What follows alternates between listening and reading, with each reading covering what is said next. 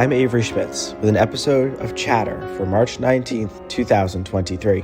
For today's episode, the Lawfare team decided to cross-post this week's episode of Chatter, a podcast from David Priess and Shane Harris, featuring in-depth discussions with fascinating people at the creative edges of national security. Today's Chatter episode is entitled Spy Movies and the Oscars with Alyssa Rosenberg. In it, Harris sat down with Rosenberg to discuss the role of iconic spy movies in American cinema and popular culture. This is Chatter.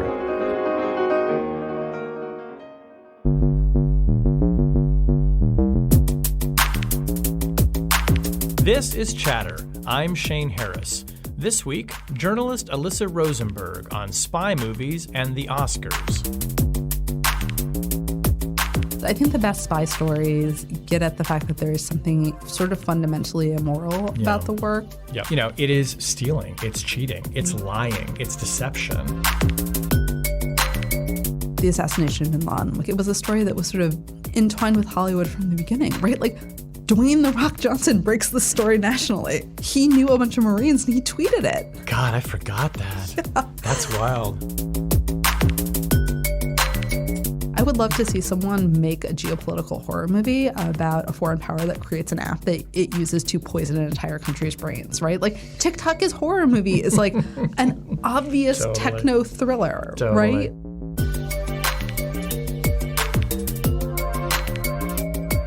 Alyssa Rosenberg, welcome to Chatter. Thank you so much for having me. I'm so happy you're here. I know. This is like, I mean, it's both a throwback and a look forward. I know. It's very exciting. Like it. This is very good. This is very good. We both like to pod, but we've never podded together. I know. And it's like, we work together. We had drinks together. Yeah. But it's like, I feel like this is the 2023 sign of intimacy, right? It's like, have you podded together?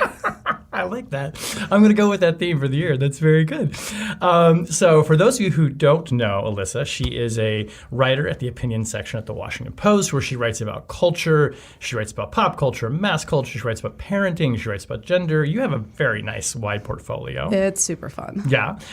So we're going to talk today about the Oscars. We're going to talk about spy movies and the Oscars. Before we get to the Oscars, though, tell the audience a little bit about yourself. We go way back, but tell us, go back before, go back to the Alyssa origin story, before we get to the Shane Alyssa origin story. So, where'd you grow up? I grew up all over New England. I was born in Connecticut. My family moved to Vermont when I was 7 and Massachusetts when I was 11. And I actually had my first job, the one that, made me the woman I am today, starting when I was 8 years old in Vermont, where my mother signed me up to write book reviews for the children's page of the local paper. They paid me in gift certificates to the local bookstore, which was just an incredible boondoggle for everyone involved. Nice. The Kochs would have loved it, right? It's like their perfect vision of child labor. It's a really good thing the internet didn't exist, because my author photo featured me in like tiny pink glasses and a little lace ruff. Like, you still have it? Of course, I still have it. You should use it. No, some things will never see the light of day. But it's funny because I think I was always sort of interested in journalism, and I had this job. But it took me a while to figure out that I wanted to be in journalism. I would say well into my college career when I was doing a lot of activist work, but I was also writing a column about city politics for the student newspaper. And I took a writing class taught by Linda Peterson. And it's one of the sort of classic classes at Yale where I went to school. And it's called Daily Themes. And she said at the beginning of the class that this is the perfect test of whether or not you want to be a writer, because the course is exactly as the title suggests. You have to sit down and turn in an assignment every weekday of the entire semester. Wow. And it's competitive. There are 120 people in the class, all submitting 5 essays a week.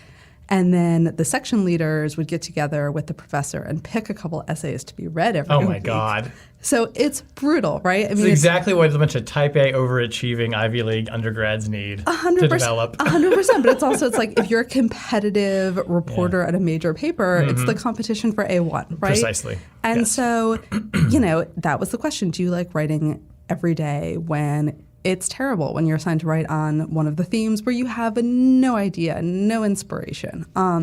The section leaders were really, really tough on us. And I loved it. I just loved it. And I interned at The Atlantic the summer before my senior year, and then came down to D.C. to work as the fact checker at National Journal, which is where I met you. And I think I was not even a week out of college. Yeah. I mean, I was a baby.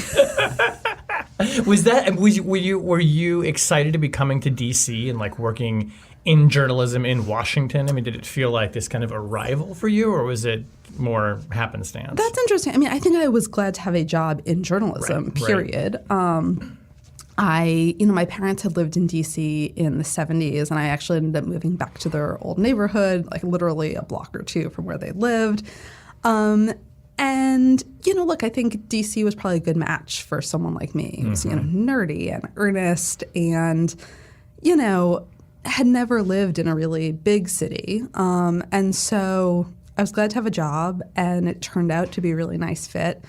And then just as it took me a while to figure out what I wanted to do, broadly professionally, it took me a while to sort out what I was going to do in journalism. The fact-checking job was great because I sat down and read the entire magazine cover to cover every week. And a very nerdy, wonky magazine, too. Yes, yeah. National Journal, for those who are not familiar with it, was this incredible sort of policy and politics, really trade magazine, right? In a way that, doesn't really exist anymore. That's right. I don't even think something like Politico or Axios comes close to the depth or sort of usefulness. It'd be like if Politico and Axios had a baby with The Economist. Yeah, kind of. Yeah, but you had people who were reporting full time on agriculture, on subjects that were always going to be sort of marginal in the public attention, but that were vital for people who were making policy, who were sitting on the Ag Committee in Congress, who were doing the work of keeping the country running. Was that intimidating as the fact checker? Because if you miss a fact, someone's going to see it. It was terrifying. In my first week at the magazine, there was a columnist who shall remain nameless, who had a bunch of errors in a piece. I know who this is. And I had to go to Charlie Green, the editor, and be like, this is wrong, sir. And the columnist got really mad. And Charlie sided with me, and that was I really was nervous about being wrong. Yeah. But to be in a place that had that emphasis for, nobody is above the facts. Right, and totally. My understanding was that I was the first checker who got through the whole magazine on a regular basis. Oh, wow, because there was only one of us. It was really, Yeah. It was an excellent copy desk. I learned a ton from people like Scott Rohr, who I worked with. But it was, it was a big, meaty publication. It was coming out weekly. It was a lot of very arcane stuff. And so it was a great opportunity to just dive into this sort of arcana. And from there, actually with your help, I moved over to Government Executive, another trade publication, which still exists and is vital for people who work in the federal government. Right. And I spent 3 years covering federal personnel policy, which, in some cases meant just racing the Washington Post to get, the scoop of what the federal pay raise was going to be in, 2007. This was all a while ago. But it also meant, the National Air Traffic Controllers Association leaked me a bunch of data on staffing at, the towers and TRACONs around the country. And we were able to demonstrate that those facilities were really understaffed in ways that were dangerous. And so, it was, I think the minute I got there, I knew that was not what I wanted to do for the rest of my life. But developing those skills of, okay, you're going to sit in a House Government Affairs and Oversight Committee and listen to, Jerry Connolly get something done in between Darrell Issa pontificating about things. It was really valuable, right? Yeah. You see how the sausage gets made. Well, but it also teaches you sort of patience and details and the virtue of, developing relationships. And, I would not be, where I am today without Anne Loren and Tom Shoup and that job. Yeah. And so I'm incredibly grateful for it. But while I was there, I was thinking, okay, what do I want to do next? Right. And this was the days when you could start a blog for free on the internet and, figure out something that you wanted to do. So I started a blog about pop culture, a subject about which I knew very little. I actually grown up much more immersed in books than in pop culture.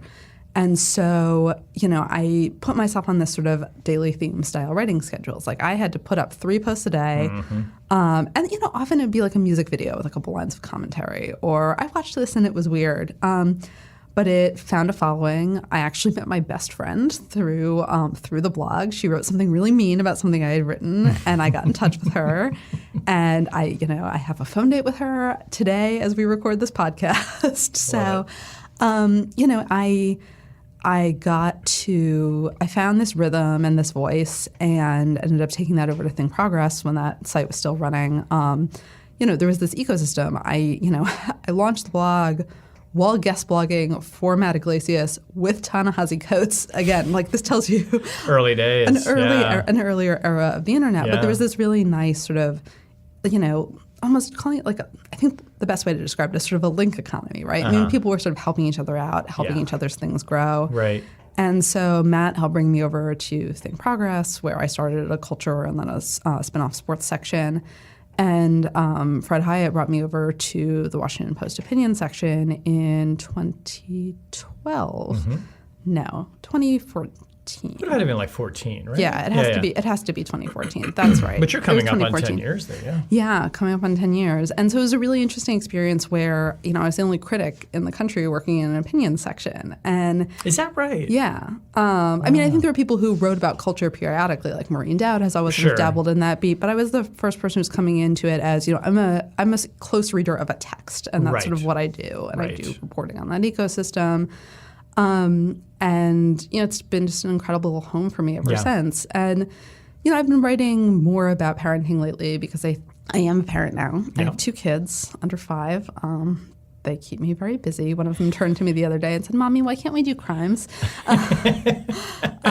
So they keep you on your toes. But it's also, I think, a really sort of interesting emergent policy area. There's a very rich culture of parenting. And so it's been sort of a natural but very interesting evolution. So we'll be today diving in with your pop culture forte, which you have developed over the years. And one of the reasons I really was excited to talk to you about the Oscars and spy movies is, like you said, you are a very close reader of text. And there's just not that many critics who are also sort of performing that kind of function when they're watching a film, in addition to when they're reading a book, and you can sort of bring a level of seriousness and interest to it, and you can watch how your mind is working on something. Well, and I'm also a policy dork, right? Yes, that too. Exactly. And so it's, I have always been very interested in, not sort of these sort of crude questions like, is this accurate, right? Yeah. Because there's a whole genre of policy coverage of culture that's like, well, they didn't get the color of the elevator buttons on the 4th floor of Langley right, and that just proves they don't know what they're talking about, right? And that's never been that interesting to me, but over the years I've come to really appreciate culture as creating a space where it's possible to say things that are impermissible elsewhere in our political cultures. And so, something like Zero Dark 30 is a movie that, is about the moral degradations of the war on terror and the sort of, an individual who embodies those degradations, right? And it's like in contemporary political discourse, there isn't a lot of room, for example, to talk about Lindy England and who she is as a person or, who is the person who oversaw Lindy England. Right. You actually get that, what torture did to the people who committed it, explored really well in Paul Schrader's The Card Counter, which I thought was one of the best movies I've seen in the last couple of years. Just unbelievable Oscar Isaac performance. And so culture, it's become a cliche to talk about people sort of holding space, but that's what culture does for us politically and intellectually. It creates space for us to feel things that we're not supposed to feel and say things that we're not supposed to say. Right. So let's talk about this recent Oscars show, because there are 2 films that kind of hit on the broad themes of spying and security and some really interesting political dynamics, both from a film about a previous war and then some kind of imaginary war that we're in right now. I'm speaking of All Quiet on the Western Front and Top Gun Maverick, best movie of the year.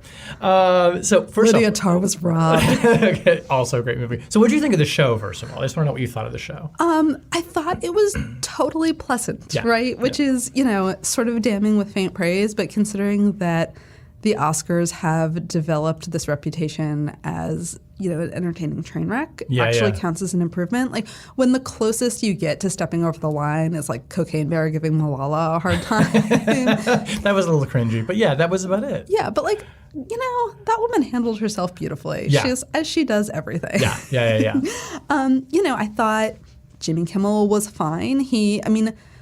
Even more so than sort of Billy Crystal. He understands that his role is of a facilitator, right? He sets the scene, he sets the tone. But especially in a year like this where there was a really lovely narrative, coming into it of people, being recognized who had not previously gotten their due in the entertainment industry, of people coming back after having gotten sort of lost in the wilderness.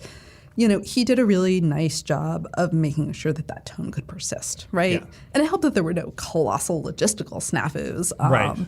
But, it was like a perfectly nice ceremony. Yeah. And in a weird way, that's like, I think that requires a mental recalibration. I think so too. And it felt to me like, I loved that. I thought it was the best show in years. It felt, frankly, the way, and this makes me sound like I'm just going to date myself, the way the Oscars used to be. Yeah. When it was, it was charming, it was good-natured, the jokes were, some of them were kind of pointed, but they weren't meant to wound. Yeah.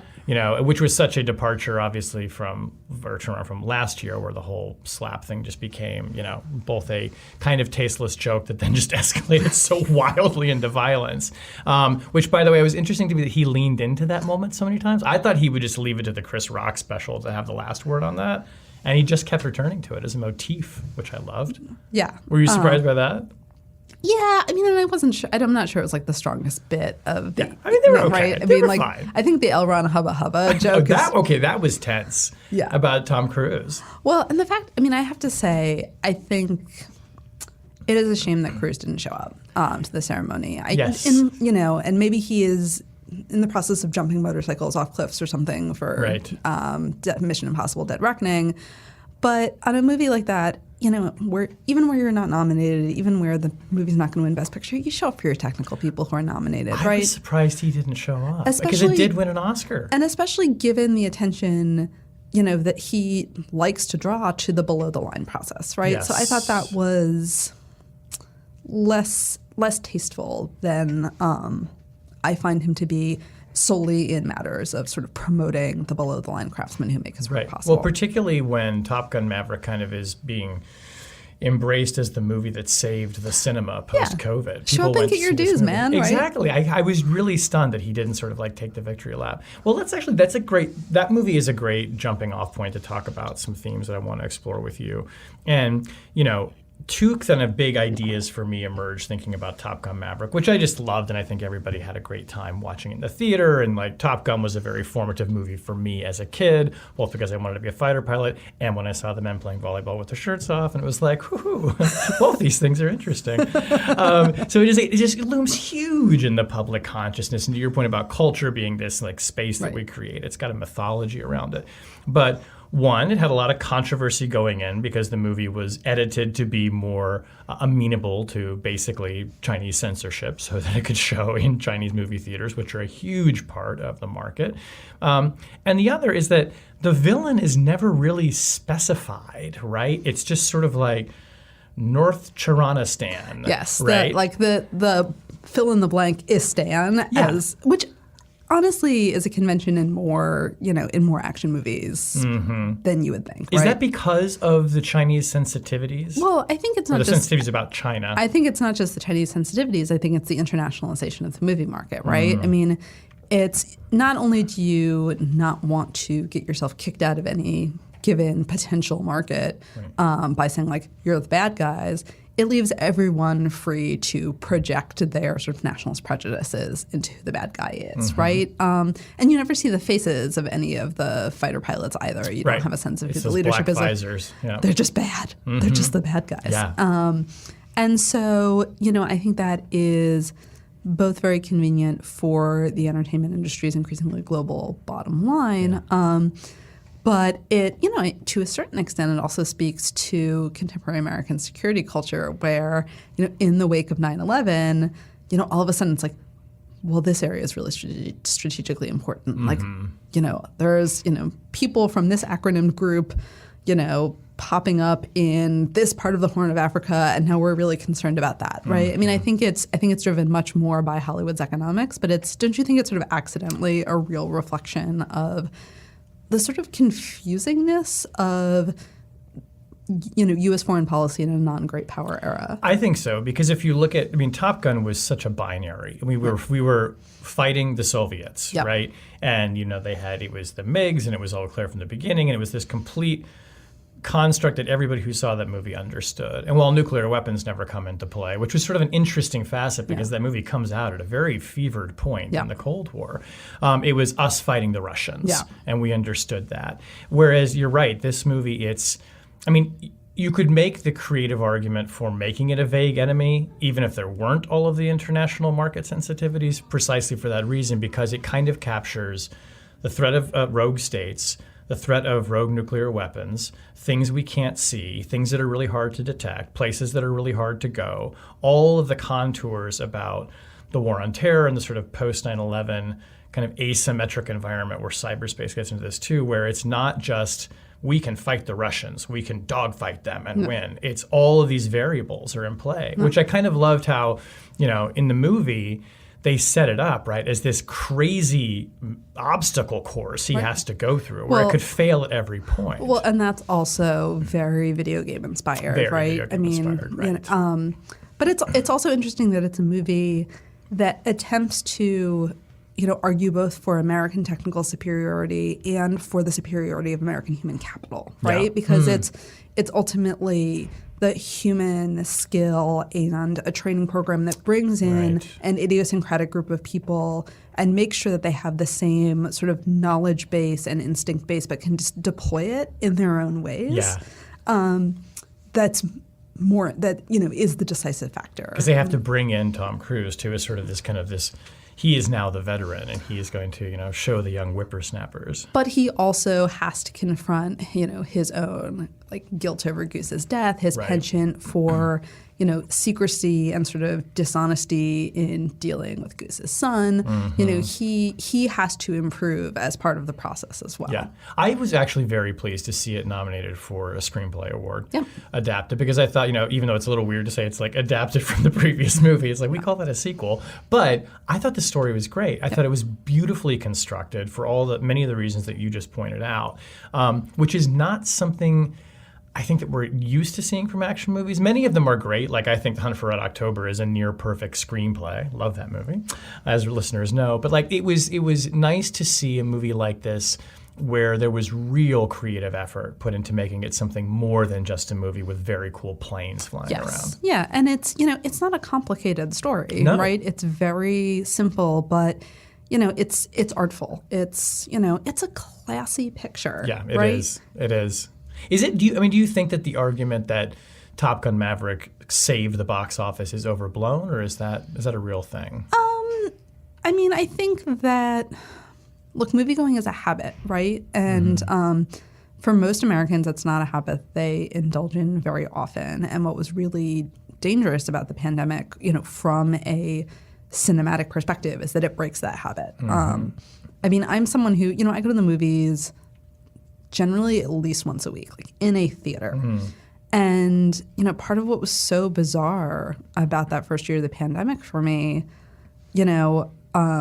some friends and then my husband and I rented out a theater for the four of us to see Tenet. And we wore masks in the parking lot. Because that was one of the first ones 20 back. rows away from each other. But it was, having that sort of loneliness of the movies. And so, I don't think, obviously the habit wasn't entirely broken for people who go to Marvel movies or DC movies or whatever. But I think Top Gun played a valuable role in sort of dusting off that habit for people who were not necessarily inclined to go to one of the, really, really, really pre-established ongoing franchises. Right. So I think that was really valuable. Speaking of Tom Cruise, what do you think of when you think of the Mission Impossible franchise and situating it in the genre, which it clearly is in the genre of spy movies, but I think those movies kind of perfectly balance between spy and action film because so many times action films are just, or action movies that want to say they're a spy movie are just actually action movies, right? And this balances it. So how do you think of that franchise kind of in the, I mean, it's a big question, but like the pantheon of espionage films? I mean, look, I love it, but it's also very much part of a modern trend of espionage movies that are about the sort of survival or integrity of the institution itself, untethered from any larger national interest, right? Yeah. So, like the Mission Impossible movies are not really about America anymore, right? Like they're about the Impossible Missions Division. Right. The James Bond movies are, I mean, I loved the Daniel Craig Bond era. I think that Casino Royale and Skyfall are both like pretty perfect movies. But those movies are about James Bond's psyche and sort of MI6 and its position in a waning British Empire. The Avengers movies and are about S.H.I.E.L.D. and the Avengers as an institution. There's no sense of national identity in those movies really at all. Right. And to a certain extent, I think that's always been true in spy fiction, right? I mean, we love John le Carre because the world of the circus is sort of self-contained in and of itself, but it is still, anchored in an idea of Britishness, right? And like the Impossible Mission Force has nothing in particular to do with Americanness at this point. Right. James Bond has, very little to do with a larger sense of Britishness, especially in sort of the post-imperial era. And so I love it. I mean, look, I love those movies. Yeah. Like, I will watch Tom Cruise do any truly insane thing. Yes. It's like, and I'm sure this is all in service of like, Dianetics and like persuading us. It's like, if only we two could go clear, like we could hang off the side of an airplane, right? So he's going to win his first Oscar for stunts. They're going to create that category. Yeah. Yes, exactly. Like L. Ron Hubbard will like be beamed back down from the spaceship onto the Oscar stage, et cetera. Right. And so, yeah, I mean, they're just tremendously enjoyable. But if you think about modern action movies, the John Wick franchise is in some ways so much more kind of like rounded in a fleshed out, cultural milieu and ideology than any of our modern spy franchises. Interesting. I love this idea too that it's. In the Bond movies, especially, well, really all the Bond movies, you're right, but I mean, they're disconnected from an idea necessarily of national interest. It's more sort of, it's good and evil, and I suppose that makes them more broadly appealing to an audience. But that does seem to fit better with kind of, I guess, how Americans think about the world these days. Like, I think for instance, I don't watch the. What am I thinking of? The Jack Ryan franchise on Amazon. So I don't know if that's like deeply rooted like in an America fuck yeah kind of context. Yeah. But like I just don't feel like that idea would come over maybe as well. There may be other shows I'm overlooking that do have more of a patriotic streak to them, but it just feels like just this very cool entity that plays by its own rules. Like, not that it's anti-patriotic, but that it's, it's self-contained, right? Yeah, and look, I think that is, we were talking about how Hollywood is determined not to anger overseas censors, overseas audiences. I think that's very much a domestic play, right? I mean, if you have a spy who is too rooted in a particular idea of what patriotism means or what the American ideal is at a time when there is very little consensus about that. And when, America as a whole has not really sort of honed its self-image in a great power conflict that is sort of intellectual and ideological as well as military. I think that's a political risk domestically. If you want, if you're making something that's primarily for American audiences, you want to get as much of that audience as possible. Right. And I think the very, very sort of fractured, anxious American self-image doesn't, if Tom Cruise wants to like personally pull us all together and figure that out, good on him. But I think even that is a harder stunt than, jumping your motorcycle off a cliff. For sure. Obviously, the Oscars can do a lot for films that maybe people hadn't seen very much, and they can boost it into national and international attention. All Quiet on the Western Front, already a pretty heralded movie. I don't know how many people actually saw it, but probably now that it's won so many Oscars, we'll want to see it. We have no idea because it's on Netflix and they just make up their numbers. Well, see, that's not fair of me. Well, they reflect on that a little bit. So Netflix and a lot of the other streaming services, for those of us who grew up with like some access to traditional set-top television, you got a pretty good estimate of how many people were watching something on any given night, thanks to what was known as the Nielsen ratings. I can't believe I'm explaining this as a historical artifact. We have to now. We old. They would pay you money to watch TV. Yes, they would pay you money to watch TV, and the Nielsen Corporation had this sort of representative sample of American households, and there were like actual physical devices in your house that measured like what you were watching and when and how much of it. Now, the streaming companies technically have access to much more granular data than that, right? If you were not a Nielsen family, you were represented by someone else in the Nielsen sample, and so Nielsen was extrapolating about what you were probably watching. Netflix knows like every minute of your shameful habits, right?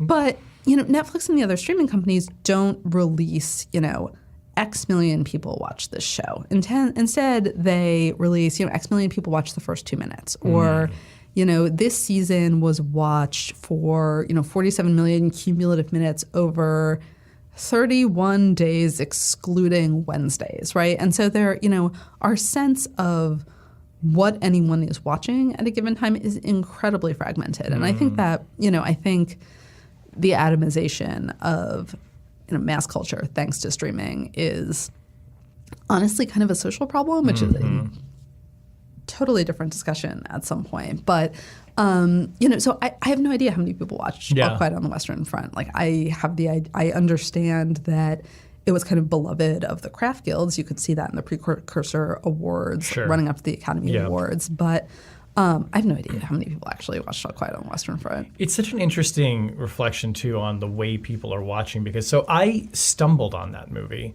through my Netflix queue. I was not aware of it having been released. I did not, when I stumbled over it, I didn't know that it was a current release. I thought, somebody made a movie a couple years ago about this great book. I'll check it out. Netflix bought it, okay. Right, had no clue where it sat, and started watching it and then immediately realizing, oh, no, this is something different. This isn't like a slap-together film. But I actually watched it in installments, which is something I rarely ever do with a feature film, and still found it really satisfying. I watched it over 3 different periods, which, maybe helped in the sense that like the movie is very intense and you can maybe, not that it's like I have a problem sitting through nearly 3 hours of it, but it was such an interesting way to see it. And I wasn't, I'm just not accustomed to watching features that way. And I wonder if it's like the Netflix influence on my watching habits. It's just like making me maybe more inclined to break up a movie that way. I loved that movie. I thought it was, I have not read the novel, I should say. Oh, really? Okay, that's interesting. Because one of the things that was interesting for me is the movie excises a section of the novel where the main character goes home and finds himself sort of unable to acclimate to domestic society. Interesting.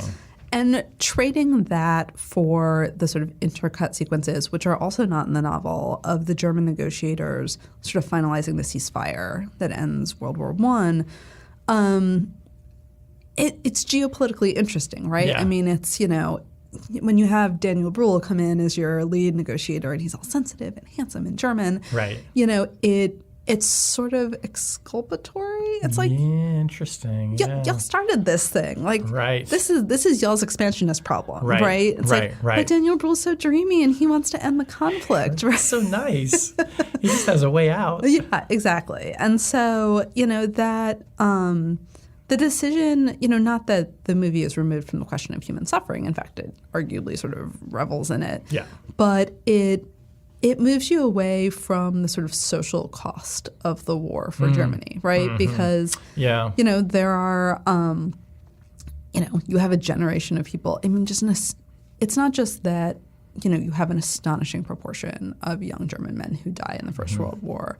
And the ones who come home are really, really damaged in a lot of Yeah, ways, they're broken. physically, emotionally. I don't know if you've watched Babylon Berlin. Love that show. Yeah, unbelievable. But you see, sort of the widespread costs of people who are suffering from shell shock and mental illness and trauma in a society that's totally unequipped to deal with those maladies. And so I found it finely made, but a little unnerving, if that makes sense. Yeah, and it's so interesting to know that the negotiation scenes are not part of the novel. No. To me, that's what makes the movie. It gives it a different kind of another layer, which is these very powerful men, negotiating, and obviously they contrast it with this horrible life in the trenches and these guys who are having lovely pastries and coffee and tea, and it's all civilized. And so we're meant to feel like our fates are being decided by these people at great remove, which that made it feel very contemporary. Yeah. I mean, I don't know if the novel has that kind of level of awareness about power dynamics or not, but that, to me, that made the movie just hyper relevant for an audience today, and might explain why it was so popular.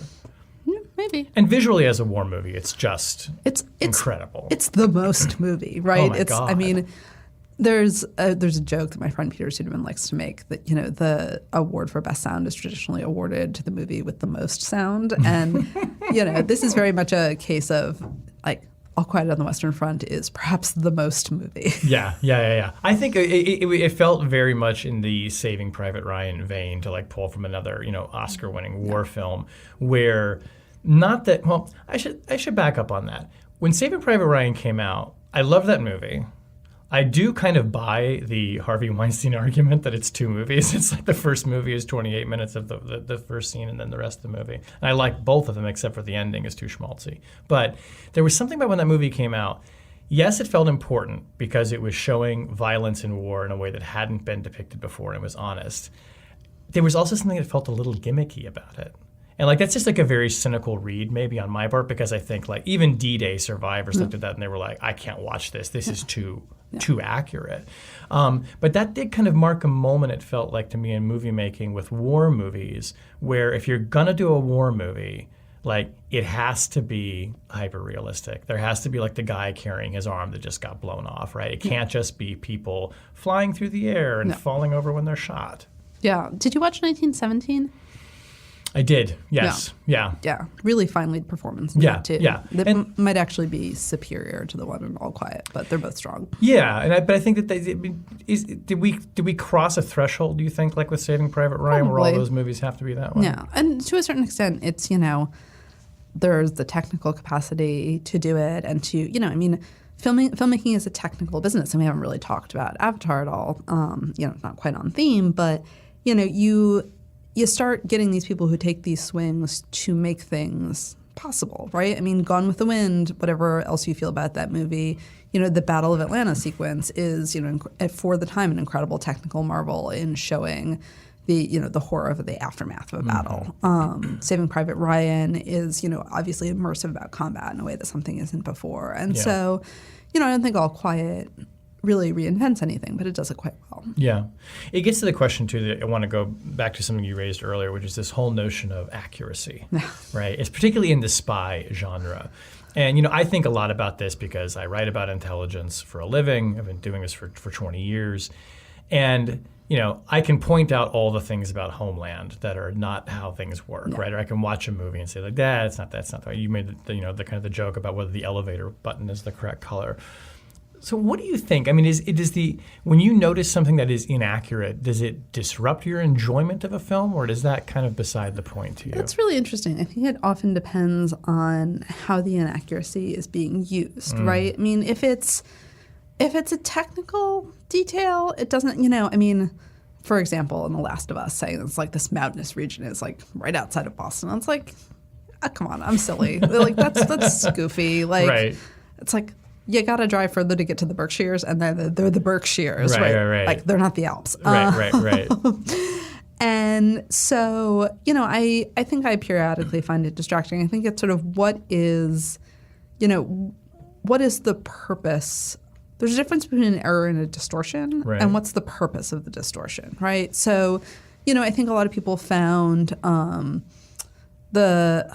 I forget who the director is. It's leaving my brain. There's a recent movie about Stonewall that comes out, and it's like puts like a cute white cis boy on sort of the front lines, the whole thing. Right. And I think a lot of people found that pretty grotesquely offensive. Yeah. Like that swap, both not serving a particular narrative purpose. Why not invest in one of these other protagonists?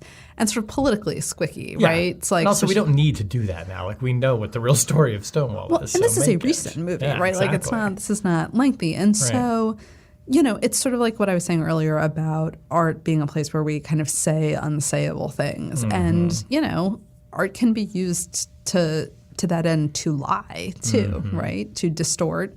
And so I think it's very case by case for me. I'm not super interested in like technical accuracy for accuracy's sake, but I am interested in sort of what purpose distortions serve. This kind of makes me think about when Zero Dark 30 came out, right? And the whole debate around it, whether is this movie saying torture works insofar as torture led to the discovery of Osama bin Laden's location. I have to admit, I saw that movie, and maybe I just don't recall coming away feeling like it was making a clear-cut argument, which actually made me think that was a weakness in the story, that it was somehow not clear about, like, are you taking a stand on this or not? I mean, I think in the narrative, it is saying that, but for this information that had been extracted, I think that if I remember the narrative sequence correctly, what they find that leads them to bin Laden is a product of some torture along the way. So I've watched Zero Dark 30 a lot, in part because I was writing about it as a critic at the time and got embroiled in some of the debates with this. I've probably seen Zero Dark 30 10 times. I love that movie. And that opening section of the movie is ambiguous, right? I mean, it opens with the really intense torture of this detainee.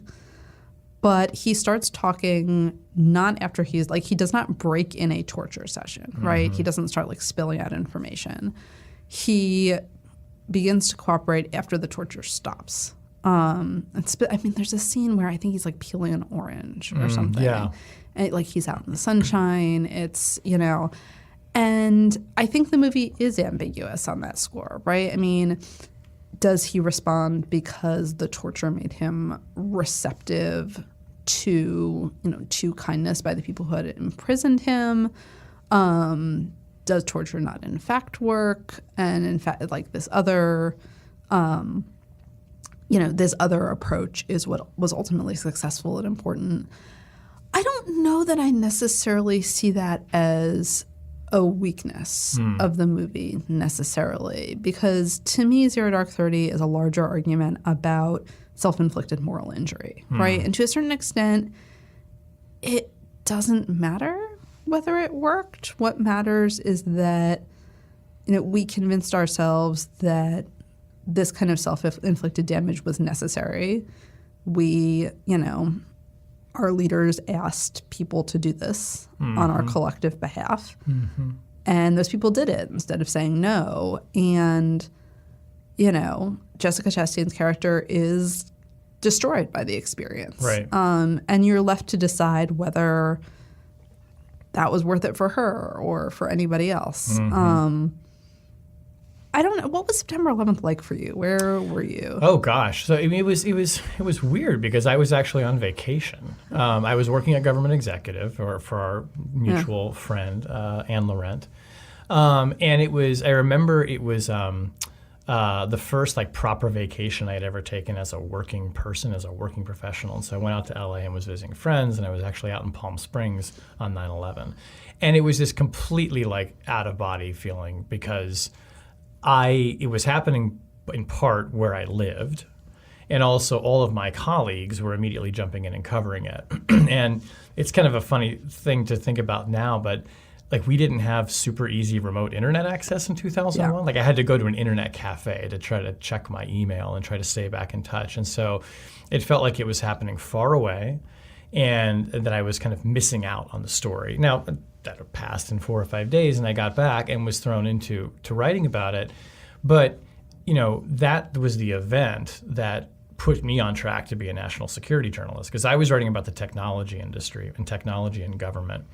And almost overnight, that whole space became infused with ideas about surveillance, cybersecurity, information sharing, intelligence gathering, and that technology was going to provide a solution to this problem of terrorism, which was then very interesting to watch how, like in those early days, everyone was very high on the ideas that like computers were going to fix the problem because we're just going to put together all the information that we have about the terrorists, then we'll see where they're coming from. Which is why when the torture debate came along, it was such a mind shift because now you're getting into a whole other, this is not a solutions-based dynamic. ChatGPT can't tell you where Osama bin Laden is hiding. Precisely. And it really like laid bare, kind of the divisions between technical intelligence and signals intelligence, which is a huge part of what the intelligence community does, and human intelligence, which was the thing that was lacking. I mean, the CIA did not have enough people who spoke Arabic and Pashto. They didn't have operatives in Afghanistan and all these places. And so there was this real sense that of just huge desperation because the CIA in particular knew how very far behind the curve it was. And, as you remember too, I mean, we were all convinced the next attack was coming any day, and we were just blind. No, I mean, I was a senior in high school when it happened, and there was someone told me that, a plane had hit the World Trade Center. It's like, that's cool, that's not real. And there was a TV on in the teacher's lounge, and I went in there and watched it. And I went to English class. So I was living in the Boston area, and as you know, planes were out of Logan. And so my English teacher walked into class hysterical because her husband was on a morning flight out of Logan to LA, and he was on the one of those 3 flights that was not hijacked. My sophomore year social studies teacher, his wife was a flight attendant, and she had switched shifts with her best friend so she could have a root canal, and her friend died. Oh my God. And I got my first cell phone because I had to go on a high school debate trip 8 days later. And Mom was like, if the planes are going down, you are on the phone to your mother. Wow. But it's interesting to me that when I think about September 11th, I don't think about Osama bin Laden that much, right? And I remember just how sensational that news was, but I don't entirely know what it means, right? Long term. I don't,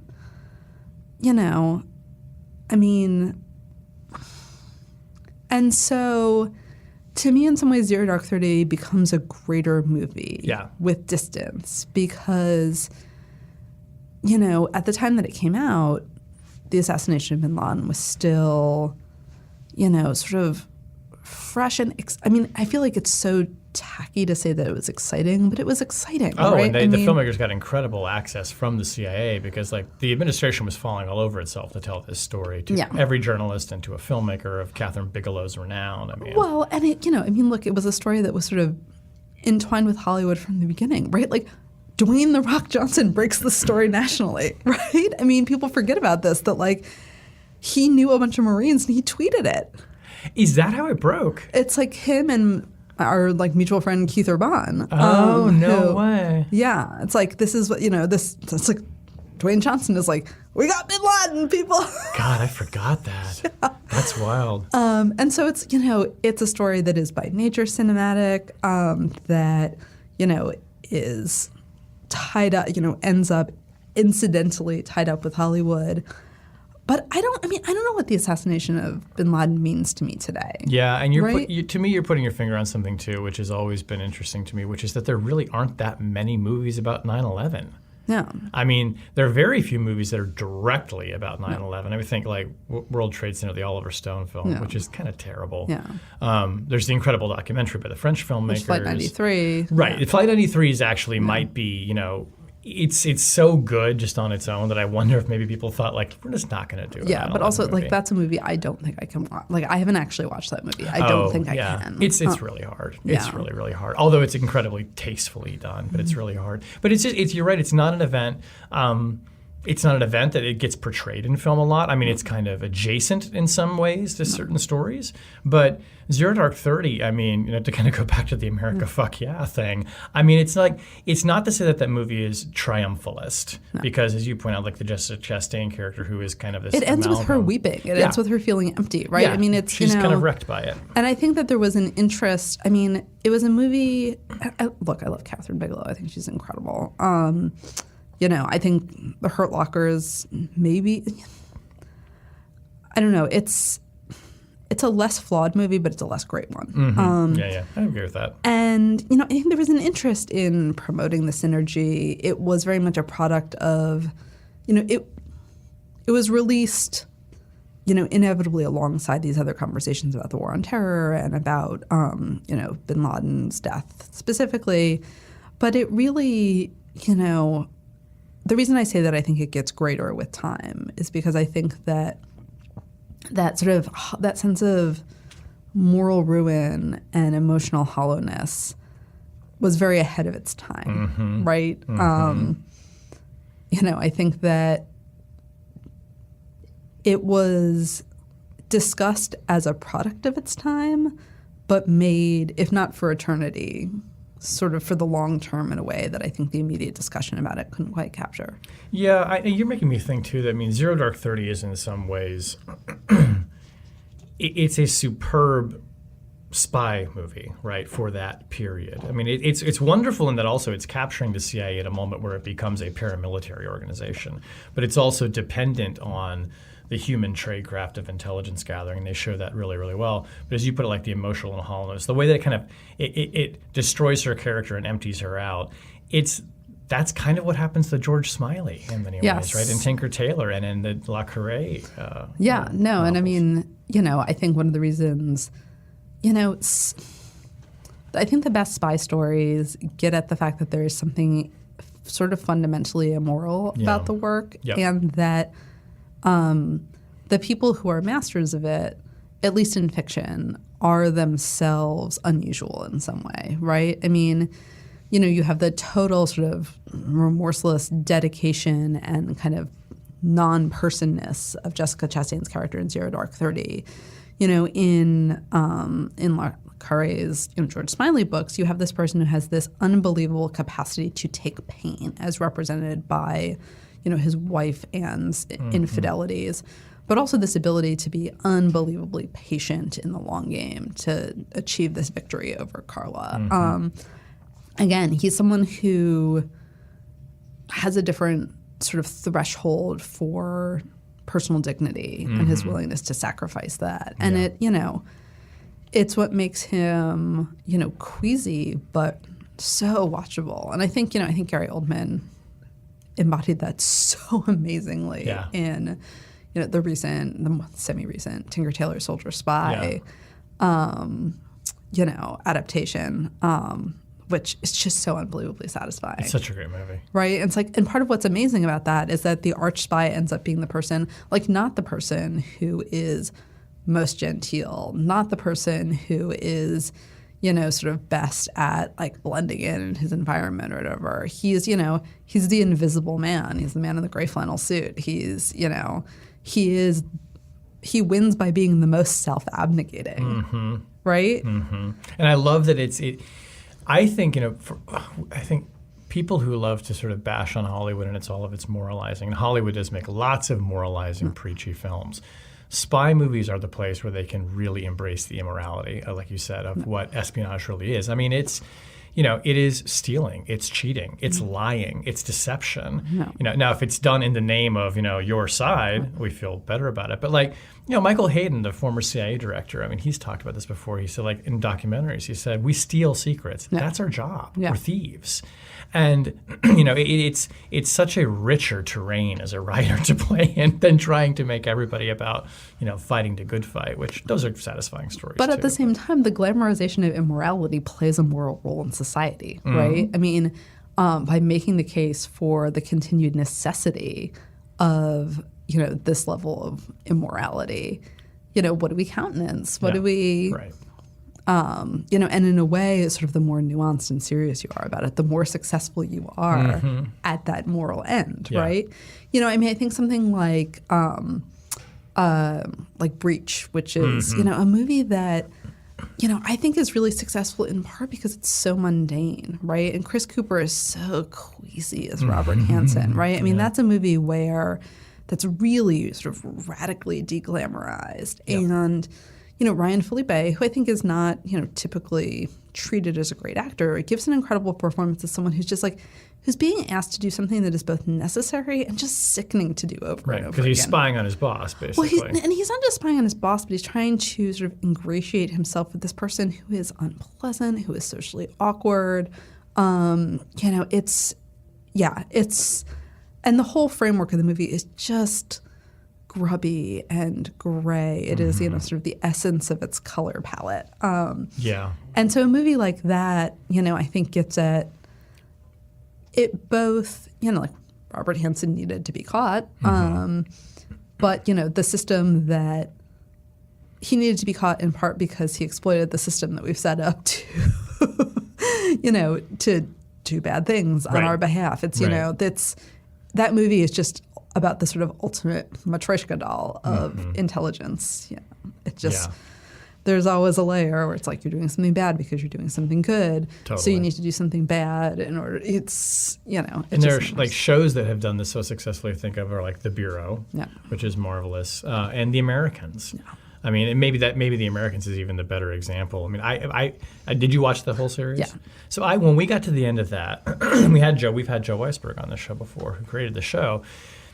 I remember so desperately wanting something for the protagonist to be punished. I wanted them to suffer because, I mean, you're both rooting for them, both as parents and as spies, even though, which is kind of like, you know, a mind twist, of course, because they're the bad Russian spies. What's going on? But the choices that they make are so devastating to so many people, including their family, not to mention all the people they murder along the way, that the ending of that... Poor Martha. I know, God, there needs to be a sequel about Martha. Justice for Martha. I pitched Joe Weisberg on this idea. I was like, you need to have a spinoff about Martha. He's like, there are 3 people who are behind this idea. Me, my show creator, and you. Everybody else says no. But I loved the ending of that, of Paige getting off the train and then being separated. Because I thought to myself, like, A, good for Paige, but B, like, yeah, you deserve it. You're terrible people, right? And I love that show made you, on the same time, root for them at the same time that you're hoping for their ruin. And that is something that, those are emotions that the espionage drama or genre can play with in ways that I just don't think others can do it so easily. No. Well, and it's that is one of the only examples where I think the anti-hero works, the anti-hero dynamic works the way it's intended to, right? Where, you know, their competence is amazing within the sort of hermetically sealed world of their marriage. You can root for them, but, you know, you can never stop counting the costs, right? Like, they're never so awesome that you're like, you know, fuck yeah, Mr. White. Like, you can't have, you know, there's no version of that show where, there's no way to watch that show where it's like, Tony Soprano murdering people is just awesome, and I'm going to let everything else go. Right. Do you have a favorite spy movie? Oh boy, that's tricky. I don't know that I don't rank things generally. You know, I do another podcast, Across the Movie Aisle, with Peter Suderman and Sonny Punch, and they always make me do a top 10 list at the end of the year. And I always just like completely half-ass it and throw it together at the end. And often we'll like cheat and, you know, have ties and revise in show. I mean, I think for sort of recent stuff, the Tinker Tailor adaptation and then The Americans are pretty hard to beat. I mean, if nothing else, just the ending, that solitary tear of blood, La Mer, the triumph of George Smiley, just unbeatable. It's pretty great. That melding of like, your victory is someone's tragedy. Sometimes I think rather than try to create a top 10, the question is better of like, what's a movie that if it's on, you'll just drop anything and watch it? Yeah. Right? I feel like Hunt for Red October is that way for me. If 0 Dark 30 were on, I'd watch it too. And I feel like I could watch it. I could pick it up like any point in the middle, beginning. Yeah, exactly. It's all good. Yeah. Casino Royale, right? You know. Yeah. Yeah. Who do you think should be the next Bond? Oh boy. Well, and the bigger question is like, what should the next Bond be, right? Because you've had an argument like this recent stretch of Bond movies is an argument for Bond's obsolescence, right? It's like the empire he serves is crumbling and being held to accountability. He is ultimately in a situation where like Bond himself is forced to become an attached figure, right? It's like he has a child. He is sort of wrenched away from that sort of necessary expendability, and the thing that he has to do to save that child is sacrifice himself. So what should Bond be? Like, and that's the question. What is espionage? What is spying in the modern era? And one thing I think has been really interesting about Hollywood's indebtedness to China is that it means that the contemporary spy movie has not adapted to the new great power game, right? I mean, we don't have movies with Chinese villains because they can't be sold abroad and because they would have consequences for other movies made by the studios who want to sell movies abroad. But we have no cinematic argument about what the clash of ideologies between the Chinese Communist Party and the U.S. looks like. We have no, mass fictional model for, Chinese spies versus American spies. We have none of those sort of locales. We have none of those, we don't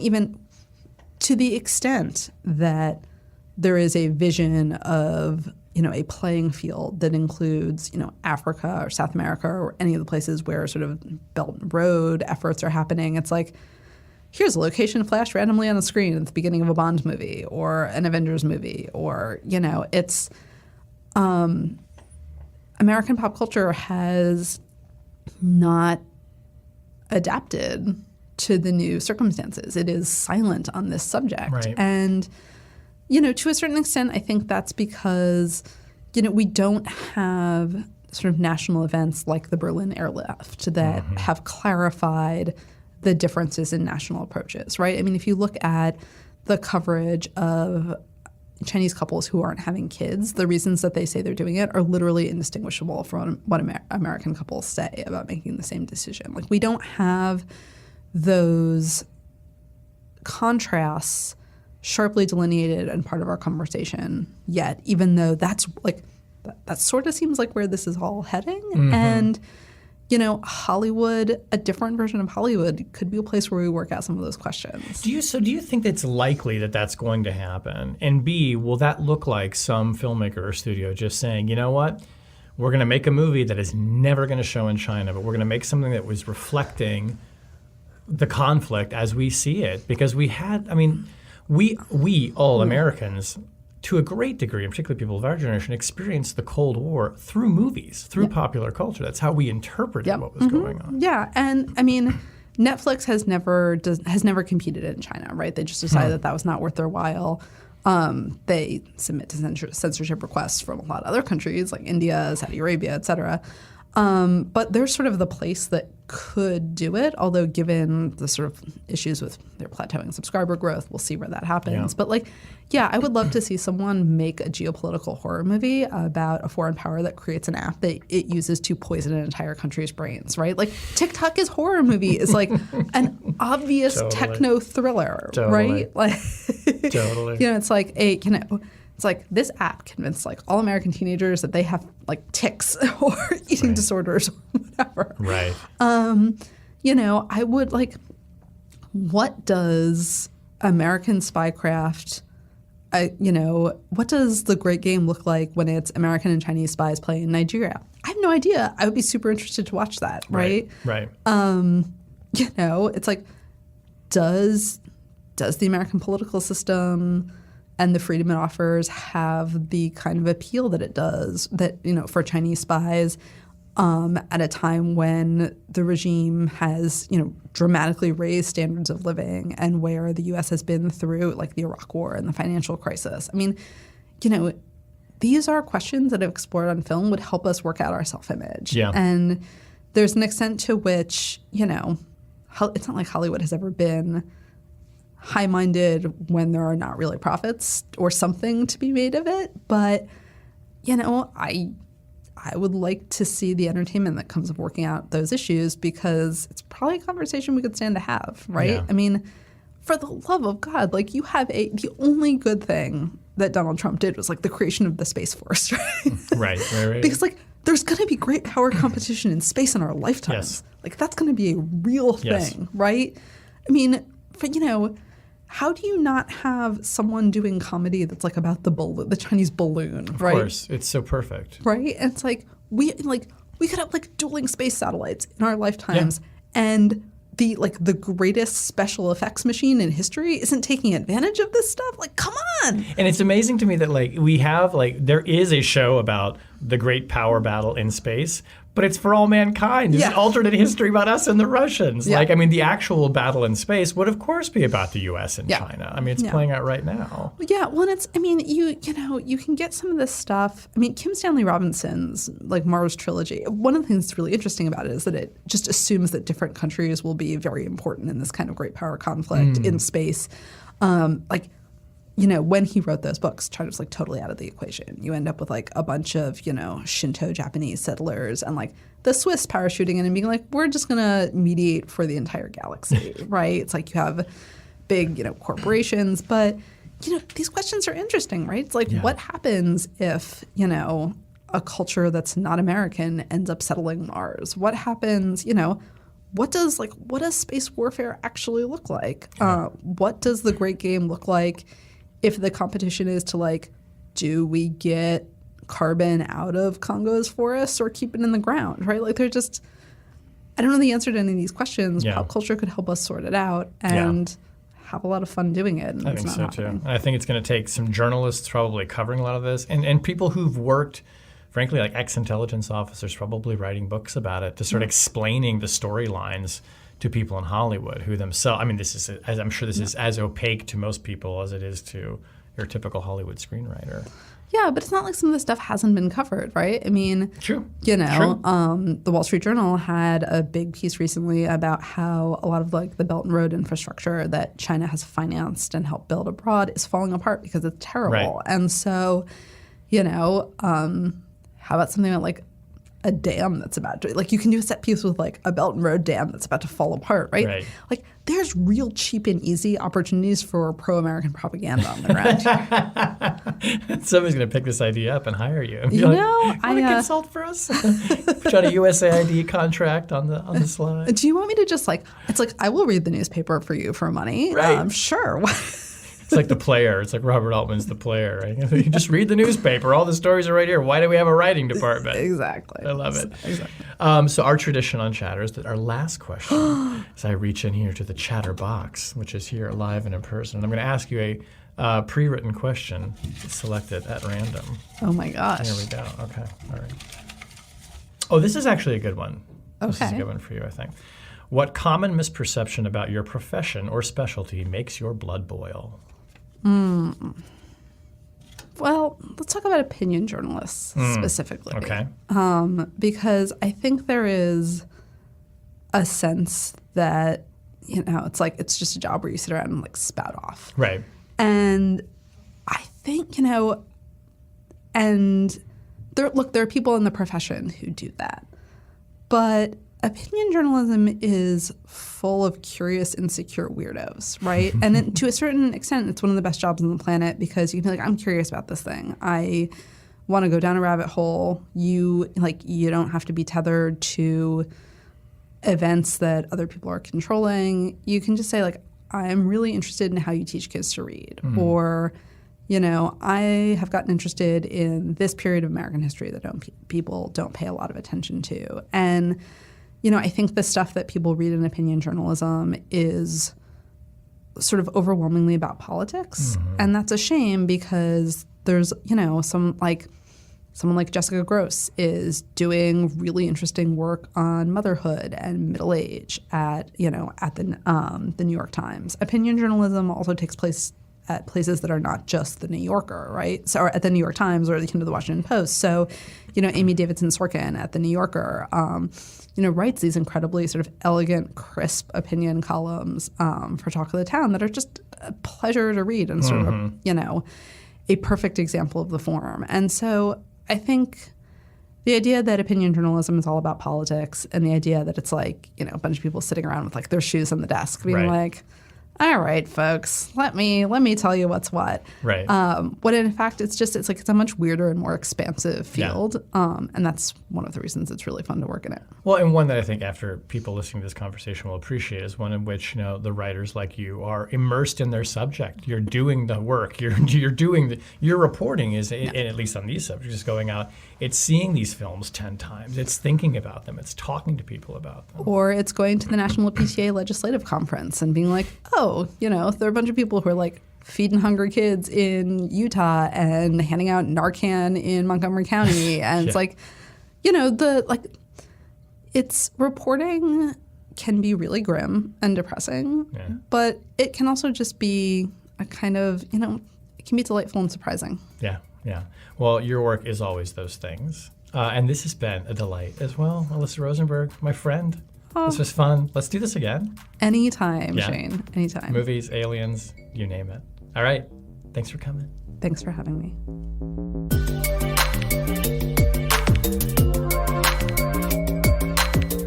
That was Chatter, a production of Lawfare and Goat Rodeo. Please subscribe to the podcast and find us on Twitter @ThatWasChatter.